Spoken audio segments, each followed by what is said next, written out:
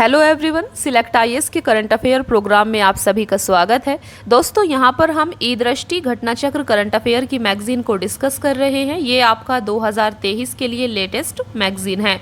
यहाँ पर आपका पूरे एक साल का करंट अफेयर अच्छे से कवर किया गया है। आपको बता दें कि आज की क्लास में हम नेशनल करंट अफेयर को डिस्कस करने वाले हैं और नेशनल करंट अफेयर पर आपकी 2 क्लास ऑलरेडी आ चुकी हैं। तो अगर आप इस चैनल पर नए हैं, आपको इन क्लासेस को भी ज़रूर देख लेना है। आज आपका नेशनल करंट अफेयर का पार्ट 3 है। फ्रेंड्स, हमने इस सीरीज की इसी चैनल पर प्लेलिस्ट बना दी है, तो आप प्लेलिस्ट में जाकर इस सीरीज की सभी क्लासेस को अच्छे से देख सकते हैं। चलिए स्टार्ट करते हैं फिर आज की क्लास। देखिए, आज की क्लास में हमें स्टार्ट करना है मेघालय, नागालैंड और त्रिपुरा विधानसभा निर्वाचन 2023। तो इस न्यूज़ के साथ हम स्टार्ट करेंगे। आपको बता दें कि लास्ट क्लास में हमने वाइब्रेंट विलेज प्रोग्राम को अच्छे से डिस्कस किया था। यहाँ हमने क्लास का लास्ट किया था। देखिए, एक बार आपको फिर से बता दें, क्लास को रिवाइज करा दें कि वाइब्रेंट विलेज प्रोग्राम आपका क्या था। इसकी घोषणा वित्त मंत्री ने अपने बजट भाषण 2022-23 के दौरान भी की थी और इस कार्यक्रम के तहत छिटपुट जनसंख्या, सीमित कनेक्टिविटी और अवसंरचना वाले उत्तरी सीमा के सीमावर्ती गांवों को कवर किया गया था, जो अक्सर विकास के लाभों से वंचित रह जाते हैं। आपको बता दें कि वाइब्रेंट विलेज प्रोग्राम को 10 अप्रैल 2023 को गृह मंत्री अमित शाह ने लॉन्च किया था। इस कार्यक्रम को अरुणाचल प्रदेश के अंजाव जिले के सीमावर्ती गांव किबीतू से लॉन्च किया गया है। ये आपका काफ़ी इम्पोर्टेंट करंट अफेयर था। तो यहाँ हमने लास्ट किया था और आज का आपका सबसे पहला न्यूज़ है मेघालय, नागालैंड और त्रिपुरा विधानसभा निर्वाचन 2023। तो आप सभी को, अगर आप न्यूज़ के थोड़ा भी टच में रहते हैं, तो आपको ज़रूर पता होगा कि 2023 के अंदर मेघालय, नागालैंड और त्रिपुरा में विधानसभा निर्वाचन हुए थे। तो अभी हम इसको काफ़ी अच्छे से डिटेल में समझेंगे आपके एग्जाम के पॉइंट ऑफ व्यू से। आपको अच्छे से क्लास को देखना है। देखिए, भारत के संविधान के तहत प्रदत्त प्राधिकार और शक्तियों का प्रयोग करते हुए हाल ही में भारत निर्वाचन आयोग, इलेक्शन कमीशन ऑफ इंडिया द्वारा मेघालय, नागालैंड एवं त्रिपुरा में स्वतंत्र, निष्पक्ष एवं सहभागी एवं सुरक्षित विधानसभा निर्वाचन संपन्न कराए गए हैं। चलिए, जो आपको एग्जाम के पॉइंट ऑफ व्यू से कुछ पॉइंट्स को यहाँ पर याद रखना होगा। देखिए, 2 मार्च 2023 को भारत निर्वाचन आयोग द्वारा 3 राज्यों के विधानसभा चुनाव परिणाम जारी किए गए हैं। ये 3 राज्य मेघालय, नागालैंड एवं त्रिपुरा हैं। यहाँ पर हम सबसे पहले बात करेंगे मेघालय राज्य की। देखिए, 10वीं मेघालय विधानसभा के कार्यकाल की समाप्ति की तिथि 15 मार्च 2023 निर्धारित थी, जिसके कारण राज्य में 27 फरवरी 2023 को एक चरण में चुनाव संपन्न हुए। राज्य में विधानसभा निर्वाचन क्षेत्रों की कुल संख्या 60 है। ज्ञातव्य है कि मेघालय विधानसभा की 60 सीटों में से 55 सीटें अनुसूचित जनजातियों के लिए आरक्षित हैं, जबकि अनुसूचित जाति के लिए कोई भी सीट आरक्षित नहीं है। ये काफ़ी इंपॉर्टेंट पॉइंट है, इसको आपको अच्छे से याद रखना है। दोस्तों, अगर आपसे पूछा जाए कि मेघालय विधानसभा में टोटल कितनी सीट हैं, तो सबसे पहले तो आपको याद रखना है टोटल 60 सीट हैं और इन 60 सीट में से भी 55 सीटें अनुसूचित जनजाति एसटी शेड्यूल ट्राइब्स के लिए आरक्षित की गई हैं और अनुसूचित जाति एससी के लिए यहाँ पर कोई भी सीट आरक्षित नहीं है। तो ये पॉइंट आपको याद रखना है। देखिए, मेघालय विधानसभा निर्वाचन 2023 में 86.69% मतदान दर्ज किया गया। वर्ष 2018 के चुनाव की तुलना में इसमें 0.04% की वृद्धि दर्ज की गई है। चुनाव परिणाम के अनुसार मेघालय में कोनराड के संगमा के नेतृत्व वाली नेशनल पीपुल्स पार्टी सबसे बड़ी पार्टी के रूप में उभरकर सामने आई है। तो आप देख सकते हैं सबसे बड़ी पार्टी यहाँ पर कौन बनी है, नेशनल पीपुल्स पार्टी। और ये किसके नेतृत्व वाली पार्टी है, कोनराड के संगमा। देखिए, 7 मार्च 2023 को कोनराड के संगमा ने लगातार दूसरे कार्यकाल हेतु मेघालय के मुख्यमंत्री के रूप में शपथ ग्रहण की है। प्रिस्टोन टाइन सॉन्ग तथा इसनी आवलंभंग, थोड़ा अजीब सा नाम है, ने उप मुख्यमंत्री के रूप में शपथ ग्रहण की है। नेक्स्ट है आपका 9 मार्च 2023 को नेशनल पीपुल्स पार्टी के थॉमस ए संगमा को 11वीं मेघालय विधानसभा का अध्यक्ष चुना गया है। यहाँ पर आप मेघालय के प्रमुख चुनाव परिणाम देख सकते हैं। देखिए सबसे बड़ी पार्टी यहाँ पर नेशनल पीपुल्स पार्टी बनी है, जिसने कितनी सीटों को जीता है, तो 26 सीटों को इन्होंने जीता है 31.49 मत प्रतिशत के साथ में। बाकी की पार्टी भी आप देख सकते हैं, मेघालय की यूनाइटेड डेमोक्रेटिक पार्टी है, भारतीय राष्ट्रीय कांग्रेस है, ऑल इंडिया तृणमूल कांग्रेस है, voice of the people party है, भारतीय जनता पार्टी है। तो यहाँ पर हमने बात की मेघालय विधानसभा चुनाव की। अभी हम बात करेंगे नागालैंड की, क्योंकि आपने देखा कि 3 राज्यों में विधानसभा चुनाव हुए हैं और यहाँ से क्वेश्चन आपसे पूछा जा सकता है। देखिए नेक्स्ट है आपका नागालैंड। 13वीं नागालैंड विधानसभा के कार्यकाल की समाप्ति की तिथि 12 मार्च 2023 निर्धारित थी, जिसके कारण राज्य में 27 फरवरी 2023 को एक चरण में चुनाव संपन्न हुए। राज्य में विधानसभा निर्वाचन क्षेत्रों की कुल संख्या 60 है। तो आप देख सकते हैं नागालैंड में टोटल विधानसभा सीट कितनी है, 60, यहाँ भी आपकी 60 है। तो ये चीज़ आप याद रखेंगे, जिसमें से 59 सीटें अनुसूचित जनजातियों के लिए आरक्षित है। तो यहाँ पर 59 सीटें अनुसूचित जनजातियों के लिए आरक्षित हैं। हालांकि नागालैंड में केवल 59 निर्वाचन क्षेत्रों हेतु चुनाव संपन्न हुए, जबकि अकुलुटो निर्वाचन क्षेत्र से भारतीय जनता पार्टी के प्रत्याशी काजेतो किनिमी निर्विरोध विजयी घोषित किए गए। वर्ष 2023 के चुनावों में राज्य में भारतीय जनता पार्टी एवं उसकी प्रभावशाली क्षेत्रीय सहयोगी नेशनलिस्ट डेमोक्रेटिक प्रोग्रेसिव पार्टी का प्रभुत्व रहा। भारतीय जनता पार्टी कुल 12 सीटें, जबकि एनडीपीपी को सर्वाधिक 25 सीटें प्राप्त हुई। वर्ष 2023 के चुनाव में नागालैंड के इतिहास में पहली बार कोई महिला विधायक के रूप में निर्वाचित हुई है। देखिए ये पॉइंट आपको याद रखना है, 2023 के चुनाव में नागालैंड के इतिहास में, इसका मतलब है कि नागालैंड में पहली बार ऐसा हुआ है। तो नागालैंड के इतिहास में पहली बार कोई महिला विधायक के रूप में निर्वाचित हुई है। यह उपलब्धि एनडीपीपी की हेकानी जखालू ने प्राप्त की है। तो आपको इन महिला का नाम याद रखना है। ये कौन महिला है, हेकानी जखालू, जो कि नागालैंड की विधायक के रूप में पहली महिला के रूप में चुनी गई हैं। देखिए ये दीमापुर 3rd निर्वाचन क्षेत्र से विजयी घोषित की गई हैं। एनडीपीपी की एक अन्य महिला प्रत्याशी सलहोतु ओनवो क्रूस भी पश्चिमी अंगामी निर्वाचन क्षेत्र से विधायक निर्वाचित हुई हैं। तो ये दूसरी महिला हैं, ये भी यहाँ पर विधायक के रूप में निर्वाचित हुई हैं। आपको इन दोनों महिलाओं के नाम याद रखने हैं। नेक्स्ट 7 मार्च 2023 को एनडीपीपी के नेता नेफ्यू रियो ने 5वें कार्यकाल हेतु नागालैंड के मुख्यमंत्री के रूप में शपथ ग्रहण की है। टी.आर. जेलियांग तथा यानथुंगो पैटन ने उप मुख्यमंत्री के रूप में पद ग्रहण किया है। 20 मार्च 2023 को सेरीगेन लोंग कुमेर को 14वीं नागालैंड विधानसभा का अध्यक्ष चुना गया है। तो आपको ये विधानसभा के अध्यक्ष भी एक बार आप थोड़ा ध्यान रख सकते हैं। यहाँ पर आप नागालैंड के प्रमुख चुनाव परिणाम को देख सकते हैं।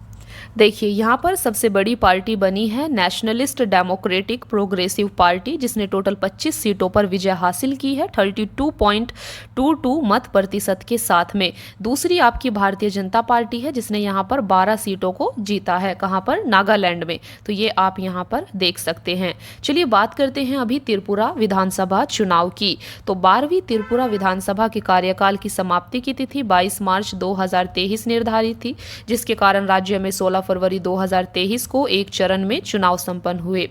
उल्लेखनीय है कि त्रिपुरा में विधानसभा निर्वाचन क्षेत्रों की कुल संख्या 60 है। तो आपने यहाँ पर एक चीज नोटिस की होगी, हमने यहाँ पर 3 राज्यों के विधानसभा चुनावों की बात की है, मेघालय, नागालैंड और आपका त्रिपुरा। और यहाँ पर इन तीनों राज्यों के विधानसभा में कितनी सीटें हैं, तीनों ही राज्यों की विधानसभा में 60 सीटें हैं। तो ये चीज़ आपने ज़रूर नोटिस यहाँ पर की होगी, तो आप इसको याद रख सकते हैं। देखिए जिसमें से 10 सीटें अनुसूचित जातियों के लिए तथा 20 सीटें अनुसूचित जनजातियों के लिए आरक्षित हैं। चुनाव परिणाम के अनुसार त्रिपुरा में भारतीय जनता पार्टी और उसका क्षेत्रीय सहयोगी रहा indigenous peoples front of Tripura कुल 33 सीटें जीतने में सफल रहा। 8 मार्च 2023 को भाजपा नेता मानिक साहा ने दूसरे कार्यकाल हेतु त्रिपुरा के मुख्यमंत्री के रूप में शपथ ग्रहण की है। तो आप यहाँ पर देख सकते हैं। चलिए आगे बढ़ते हैं। 24 मार्च 2023 को भाजपा के विधायक विश्व बंधु सेन त्रिपुरा विधानसभा के अध्यक्ष निर्वाचित हुए हैं।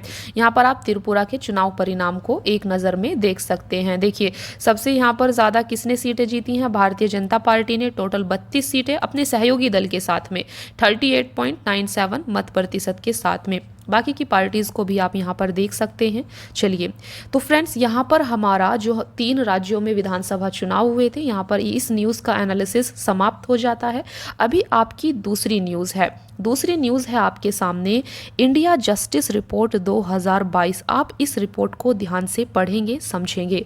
देखिए इंडिया जस्टिस रिपोर्ट अपनी तरह की पहली राष्ट्रीय आवधिक रिपोर्टिंग है जो प्रत्येक राज्य में न्याय प्रणाली के 4 स्तंभों पुलिस, जेल प्रणाली, न्यायपालिका और कानूनी सहायता की क्षमता को मापने के लिए सूचना एकत्रित करती है। तो यहाँ पर आप देख सकते हैं। यहाँ पर कुछ पॉइंट्स हैं। देखिए 4 अप्रैल 2023 को इंडिया जस्टिस रिपोर्ट 2022 जारी की गई। यह इस रिपोर्ट का तीसरा संस्करण है।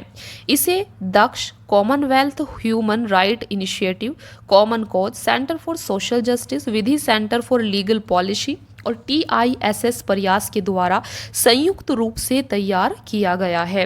इस रिपोर्ट का प्रथम संस्करण वर्ष 2019 में प्रकाशित किया गया था। इस रिपोर्ट के अंतर्गत भारतीय राज्यों को न्याय तक पहुंच की उनकी क्षमता के अनुसार रैंक प्रदान की जाती है। इस रिपोर्ट में राज्यों को 2 श्रेणियों में विभक्त किया गया है, बड़े एवं मध्यम आकार के राज्य और छोटे राज्य। इन राज्यों को 102 संकेतकों के आधार पर श्रेष्ठ, बेस्ट, मध्यम, मिडल एवं खराब, वर्स्ट श्रेणी में विभाजित किया गया है। इंडियन जस्टिस रिपोर्ट 2022 में बड़े राज्यों की रैंकिंग में कर्नाटक 6.38 अंक के साथ भारत का श्रेष्ठ राज्य है। तो इस रिपोर्ट के अकॉर्डिंग भारत का श्रेष्ठ राज्य कौन सा है? ये आपका कर्नाटक है। जबकि 3.78 अंक के साथ बड़े राज्यों में उत्तर प्रदेश अंतिम पायदान पर है, इसकी 18वीं रैंक है। तो आप इस चीज को याद रख सकते हैं। देखिए छोटे राज्यों में सिक्किम 5.01 अंक के साथ श्रेष्ठ राज्य है, जबकि गोवा 3.42 अंक के साथ अंतिम 7वें स्थान पर है। न्याय के 4 स्तंभों के आधार पर बड़े एवं मध्यम आकार के शीर्ष और अंतिम 3 राज्यों की रैंकिंग यहाँ पर दी गई है। देखिए तो आप देख सकते हैं, ये आपके राज्य दिए गए हैं, ये आपकी यहाँ पर रैंक है, ठीक है, और ये आपके 4 स्तंभ है जिसके आधार पर इस रिपोर्ट को तैयार किया गया है। तो दोस्तों आपको बता दें कि आपको इस रिपोर्ट के इन 4 स्तंभों को भी थोड़ा ध्यान में रखना है, क्योंकि ऐसा क्वेश्चन भी आपसे पूछ लिया जाता है। एक बार फिर से बता दें कि ये 4 स्तंभ हैं, पुलिस, जेल प्रणाली, न्यायपालिका और कानूनी सहायता। आप देख सकते हैं टॉप 3 स्टेट हैं यहाँ पर। कर्नाटक पहले नंबर पर है, तमिलनाडु दूसरे नंबर पर है और तेलंगाना आपका तीसरे नंबर पर है। नेक्स्ट जो अंतिम 3 राज्य हैं जिनको अंतिम स्थान प्राप्त हुआ है वो है आपके बिहार, पश्चिम बंगाल और उत्तर प्रदेश। देखिए यहाँ पर आप देख सकते हैं विभिन्न स्तंभों में उत्तर प्रदेश की रैंक क्या रही है, क्योंकि यूपी के काफ़ी सारे एग्जाम आने वाले हैं, तो उस पॉइंट ऑफ व्यू से यहाँ पर आपको यूपी के बारे में थोड़ा स्पेशल नॉलेज लेना होगा। देखिए तो उत्तर प्रदेश की रैंक यहाँ पर विभिन्न स्तंभों में अगर हम बात करें इन स्तंभ में पुलिस की, तो पुलिस के मामले में उत्तर प्रदेश की रैंक यहाँ पर 15 आई है, जेल प्रणाली के मामले में 17 आई है, न्यायपालिका में 15, कानूनी सहायता में 18। तो यहाँ पर आपकी इंडियन जस्टिस रिपोर्ट 2022 का एनालिसिस समाप्त हो जाता है। अभी तीसरा करंट अफेयर है आपके सामने। MV गंगा विलास विश्व का सबसे लंबा नदी क्रूज। ये काफ़ी इंपॉर्टेंट करंट अफेयर है यहाँ पर आपका, इसे आपको अच्छे से समझना है और याद करना है। देखिए MV गंगा विलास, चलिए इसको समझते हैं आखिर ये क्या है। राष्ट्रीय जलमार्ग अधिनियम 2016 12 अप्रैल 2016 को लागू हुआ था। सबसे पहले तो आपको याद रखना है नेशनल वाटरवेज एक्ट 2016 कब लागू हुआ था? 12 अप्रैल 2016 को। देश में अंतर्देशीय जल परिवहन को बढ़ावा देने के उद्देश्य से इस अधिनियम के तहत 111 जल मार्गों को राष्ट्रीय जलमार्ग नेशनल वाटरवेज घोषित किया गया है। देश के 24 राज्यों में विस्तृत इन राष्ट्रीय जलमार्गों की कुल लंबाई लगभग 20,275 किलोमीटर है। इन जलमार्गों से जल यातायात में वृद्धि तथा देश के आंतरिक भाग में पर्यटन की गंभीर संभावनाएं विद्यमान हैं। एमवी गंगा विलास इसी क्रम में एक महत्वपूर्ण प्रयास है। चलिए इसके बारे में कुछ पॉइंट्स को देखते हैं। 13 जनवरी 2023 को प्रधानमंत्री नरेंद्र मोदी ने वीडियो कॉन्फ्रेंसिंग के माध्यम से विश्व के सबसे लंबे नदी क्रूज एमवी गंगा विलास को वाराणसी से हरी झंडी दिखाकर रवाना किया। तो कहां से इसको लॉन्च किया गया है? वाराणसी से। इस पॉइंट को आप याद रखेंगे। यह यात्रा 28 फरवरी 2023 को असम के डिब्रूगढ़ जिले के बोगीबिल में जाकर पूर्ण हुई। यह लगभग 3200 किलोमीटर की यात्रा रही, जिसमें भारत के साथ बांग्लादेश के भी कुछ क्षेत्रों की यात्रा शामिल रही। ध्यातव्य है कि एमवी गंगा विलास क्रूज यात्रा राष्ट्रीय जलमार्ग संख्या 1 ये आपका कहां से कहां तक है? ये आपका हल्दिया से प्रयागराज तक है। राष्ट्रीय जलमार्ग संख्या 2 ये कहां से कहां तक है? तो ये आपका धुबरी से सदिया तक है। इन पॉइंट्स को आप यहां पर जरूर याद रखेंगे। देखिए, राष्ट्रीय जलमार्ग 1 के बारे में देखते हैं। राष्ट्रीय जलमार्ग 1 गंगा भगीरथी हुगली नदी प्रणाली से निर्मित है, जबकि राष्ट्रीय जलमार्ग 2 ब्रह्मपुत्र नदी प्रणाली से बना है। साथ ही यह क्रूज यात्रा कोलकाता से धुबरी तक इंडो बांग्ला प्रोटोकॉल मार्ग से भी होकर गुजरती है। यह यात्रा कुल 27 नदी प्रणालियों से होकर गुजरती है। इस यात्रा में विश्व धरोहर स्थल, राष्ट्रीय उद्यान, नदी घाटी और बिहार में पटना, झारखंड में साहिबगंज, पश्चिम बंगाल में कोलकाता, बांग्लादेश में ढाका, असम में गुवाहाटी सहित 50 पर्यटन स्थलों का भ्रमण शामिल था, जिससे भारत और बांग्लादेश की कला, संस्कृति, इतिहास और आध्यात्मिकता को भी समझने का अवसर मिला। पहली यात्रा में स्विट्जरलैंड के 32 पर्यटक शामिल थे। गंगा विलास क्रूज सेवा निजी संचालक मेसर्स अंतारा रिवर क्रूज द्वारा संचालित है। ज्ञातव्य है कि एमवी गंगा विलास पोत की लंबाई 62.5 मीटर एवं चौड़ाई 12.8 मीटर है। यह पोत प्रदूषण नियंत्रण तंत्र तथा सौर नियंत्रण प्रौद्योगिकी से युक्त है। तो ये था फ्रेंड्स आपका एमवी गंगा क्रूज। नेक्स्ट है आपका केरल उच्च न्यायालय क्षेत्रीय भाषा में निर्णय देने वाला पहला उच्च न्यायालय बना है। तो आपको याद रखना है सिंपल कि क्षेत्रीय भाषा में निर्णय देने वाला पहला हाई कोर्ट कौन सा बना है? तो ये है आपका केरल हाई कोर्ट। यहाँ पर आप इसके बारे में थोड़ा सा देख भी सकते हैं। संविधान की 8वीं अनुसूची में संविधान द्वारा मान्यता प्राप्त 22 क्षेत्रीय भाषाओं का उल्लेख है। तो आपको पता होना चाहिए कि 22 क्षेत्रीय भाषाओं का उल्लेख संविधान में कहाँ किया गया है? तो इनका उल्लेख संविधान की 8वीं अनुसूची में है, जो आप यहाँ पर देख सकते हैं। ये आपकी 22 भाषाएं हैं। उल्लेखनीय है कि हाल ही में भारत के मुख्य न्यायाधीश DY चंद्रचूड़ ने सर्वोच्च न्यायालय और उच्च न्यायालय के निर्णयों को क्षेत्रीय भाषाओं में प्रकाशित करने पर जोर दिया था। DY चंद्रचूड़ ने इसके लिए आर्टिफिशियल इंटेलिजेंस प्राकृतिक भाषा प्रसंस्करण द्वारा संचालित प्रौद्योगिकी के उपयोग का सुझाव भी दिया था। उच्चतम न्यायालय के निर्णयों का क्षेत्रीय भाषा में अनुवाद करने के लिए न्यायमूर्ति अभय ओका की अध्यक्षता में एक समिति का गठन भी किया गया है। चलिए कुछ पॉइंट देखते हैं। फरवरी 2023 में केरल हाई कोर्ट क्षेत्रीय भाषा मलयालम में निर्णय प्रकाशित करने वाला भारत का पहला उच्च न्यायालय बना है। उल्लेखनीय है कि केरल उच्च न्यायालय ने क्षेत्रीय भाषा मलयालम में 2 निर्णय प्रकाशित किए। केरल उच्च न्यायालय के मुख्य न्यायाधीश S मणिकुमार और न्यायमूर्ति साजी P चाली की खंडपीठ द्वारा दोनों निर्णय दिए गए हैं। केरल उच्च न्यायालय द्वारा क्षेत्रीय भाषा मलयालम में प्रकाशित दोनों निर्णय अधरलिखित है। वाहन क्रय ऋण व्हीकल परचेज लोन से संबंधित निर्णय, चेक डैम के निर्माण से संबंधित निर्णय। ध्यातव्य है कि निर्णयों को क्षेत्रीय भाषा में प्रकाशित करने के लिए आर्टिफिशियल इंटेलिजेंस और प्राकृतिक भाषा प्रसंस्करण टेक्नोलॉजी का उपयोग किया गया है। गौरतलब है कि फरवरी 2023 में भारत में पहली बार सर्वोच्च न्यायालय में आर्टिफिशियल इंटेलिजेंस और प्राकृतिक भाषा प्रसंस्करण का उपयोग करके मौखिक बहस के जीवंत प्रतिलेखन सेवा की शुरुआत की गई थी। नेक्स्ट है आपका निर्वाचन आयुक्त की नियुक्ति पर उच्चतम न्यायालय का निर्णय। चलिए इसको समझते हैं, ये क्या है।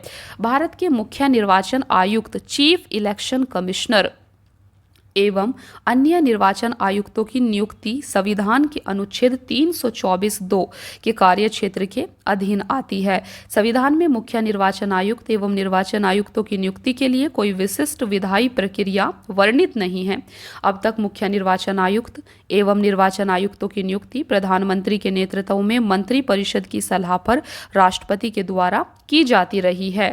देखिए कुछ पॉइंट है यहाँ पर। 2 मार्च 2023 को उच्चतम न्यायालय की 5 सदस्यीय संवैधानिक पीठ ने अपने एक ऐतिहासिक निर्णय में मुख्य चुनाव आयुक्त और चुनाव आयुक्तों की नियुक्ति के संबंध में अहम फैसला सुनाया है।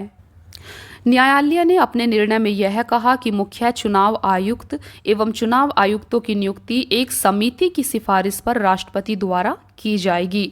मुख्य चुनाव आयुक्त एवं अन्य चुनाव आयुक्तों की नियुक्ति 3 सदस्यीय उच्च स्तरीय समिति की सिफारिश पर राष्ट्रपति द्वारा की जाएगी, जिसमें प्रधानमंत्री, लोकसभा में विपक्ष के नेता तथा भारत के मुख्य न्यायाधीश शामिल होंगे। लोकसभा में विपक्ष का नेता उपलब्ध न होने पर सबसे अधिक जनप्रतिनिधियों वाले विपक्षी दल का नेता इस समिति का सदस्य होगा। जब तक संसद संविधान के अनुच्छेद 324(2) के अधीन कोई विधि नहीं बना लेती है, तब तक उपयुक्त दिशा निर्देश प्रभावी रहेंगे। 5 सदस्यीय संविधान पीठ की अध्यक्षता न्यायमूर्ति KM जोसेफ ने की। पीठ के अन्य सदस्यों में न्यायमूर्ति अजय रस्तोगी, न्यायमूर्ति अनिरुद्ध बोस, न्यायमूर्ति ऋषिकेश रॉय तथा न्यायमूर्ति CT रवि कुमार शामिल थे।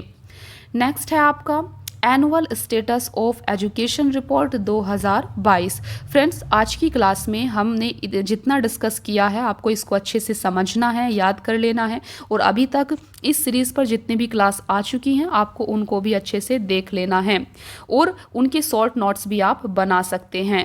तो फ्रेंड्स, आज के लिए इतना ही। Thank you so much. Keep watching. Please like, share and subscribe. Next class आपकी जल्द ही अपलोड की जाएगी, पार्ट 4 आपका नेशनल करंट अफेयर पर आएगा, तो आपको उसको ज़रूर देखना है। और पार्ट 4 में आपका नेशनल करंट अफेयर कंप्लीट कर दिया जाएगा। और इसके बाद में नेशनल करंट अफेयर की जो 4 क्लासेस अलग अलग आई हैं, इनको मिलाकर एक क्लास बनाकर आपको प्रोवाइड कर दिया जाएगा, ताकि आप इजीली इनका रिवीजन कर पाए।